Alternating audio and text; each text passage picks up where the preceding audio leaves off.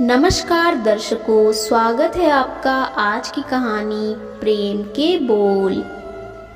एक गांव में एक मजदूर रहा करता था जिसका नाम हरिराम था।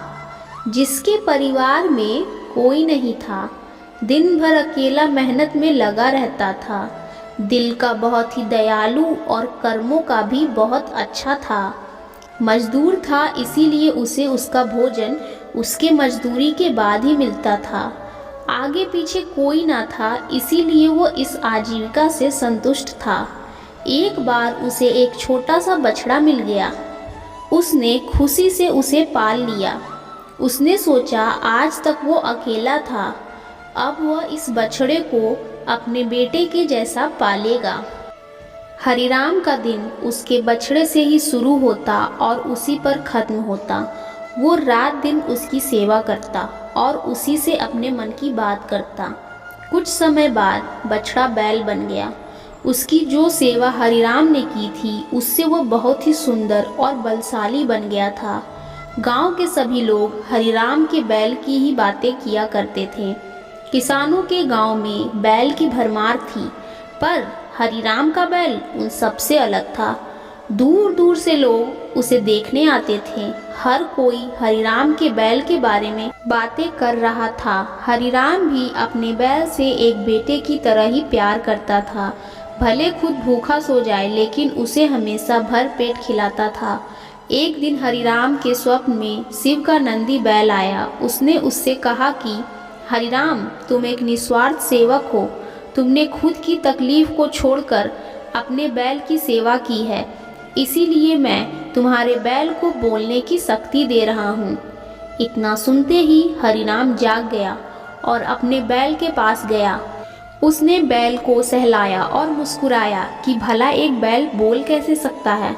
तभी अचानक आवाज़ आई, बाबा, आपने मेरा ध्यान एक पुत्र की तरह रखा है। मैं आपका आभारी हूँ और आपके लिए कुछ करना चाहता हूँ। यह सुनकर हरिराम घबरा गया।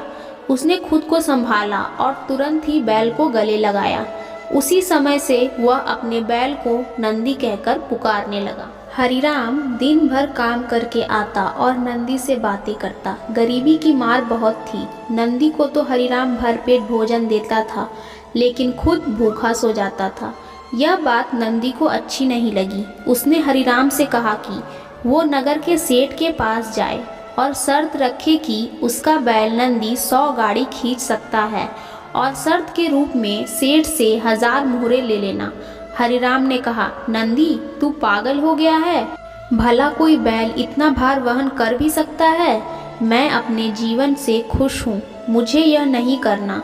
लेकिन नंदी के बार बार आग्रह करने पर हरिराम को उसकी बात माननी पड़ी। एक दिन डरते डरते हरिराम सेठ दीनदयाल के घर पहुंचा। दीनदयाल ने उससे आने का कारण पूछा। तब हरिराम ने शर्त के बारे में कहा। सेठ जोर जोर से हंसने लगा। बोला, हरिराम, बैल के साथ रहकर क्या तुम्हारी मति भी बैल जैसी हो गई है? हरिराम मुंह से निकली बात पर मुकर भी नहीं सकता था। शर्त का दिन तय किया गया और सेठ दीनदयाल ने पूरे गांव में ढोल पिटवाकर इस प्रतियोगिता के बारे में गांव वालों को खबर दी और सभी को यह अद्भुत नज़ारा देखने बुलाया। सभी खबर सुनने के बाद हरिराम का मजाक उड़ाने लगे और कहने लगे कि यह शर्त तो हरिराम ही हारेगा। यह सब सुन सुनकर हरिराम को और अधिक डर लगने लगा और उसे नंदी से घृणा होने लगी। वो उसे कोसने लगा, बार बार उसे दोष देता और कहता कि कहाँ मैंने इस बैल को पाल लिया और मेरी अच्छी भली कट रही थी। इसके कारण सर की छत से भी जाऊंगा और लोगों की थू-थू होगी वो अलग।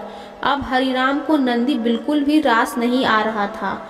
वह दिन आ गया जिस दिन प्रतियोगिता होनी थी। 100 माल से भरी गाड़ियों के आगे नंदी को जोता गया और गाड़ी पर खुद हरिराम बैठा। सभी गांव वाले यह नज़ारा देख हंस रहे थे और हरिराम को बुरा भला कह रहे थे। हरिराम ने नंदी से कहा, देख, तेरे कारण मुझे कितना सुनना पड़ रहा है। मैंने तुझे बेटे जैसा पाला था और तूने मुझे सड़क पर लाने का काम किया। हरिराम की ऐसे घृणित शब्दों के कारण नंदी को गुस्सा आ गया और उसने ठान ली कि वो एक कदम भी आगे नहीं बढ़ाएगा और इस तरह हरिराम शर्त हार गया। सभी ने उसका मजाक उड़ाया और उसे अपनी झोपड़ी सेठ को देनी पड़ी।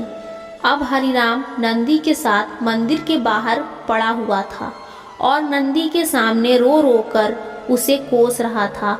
उसकी बातें सुन नंदी को सहा नहीं गया और उसने कहा, बाबा हरिराम, यह सब तुम्हारे कारण हुआ। यह सुन हरिराम चौंक गया। उसने गुस्से में पूछा कि क्या किया मैंने? तुमने भांग खा रखी है क्या?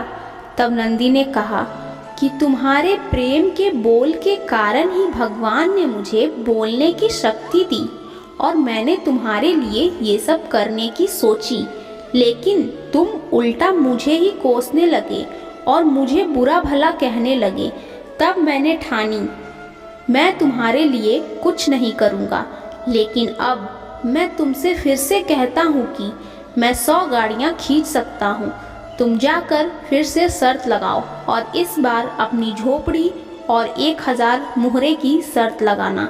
हरिराम वही करता है और फिर से शर्त के अनुसार 100 गाड़ियाँ तैयार कर उस पर नंदी को जोता जाता है और फिर से उस पर हरिराम बैठता है और प्यार से सहलाकर उसे गाड़ियाँ खींचने कहता है और इस बार नंदी यह कर दिखाता है, जिसे देख सब स्तब्ध रह जाते हैं और हरिराम शर्त जीत जाता है।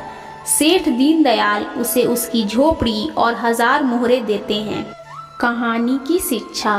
प्रेम के बोल कहानी से यही शिक्षा मिलती है कि जीवन में प्रेम से ही किसी को जीता जा सकता है। कहते हैं ना, प्रेम के सामने ईश्वर भी झुक जाते हैं। इसीलिए सभी को प्रेम के बोल ही बोलने चाहिए।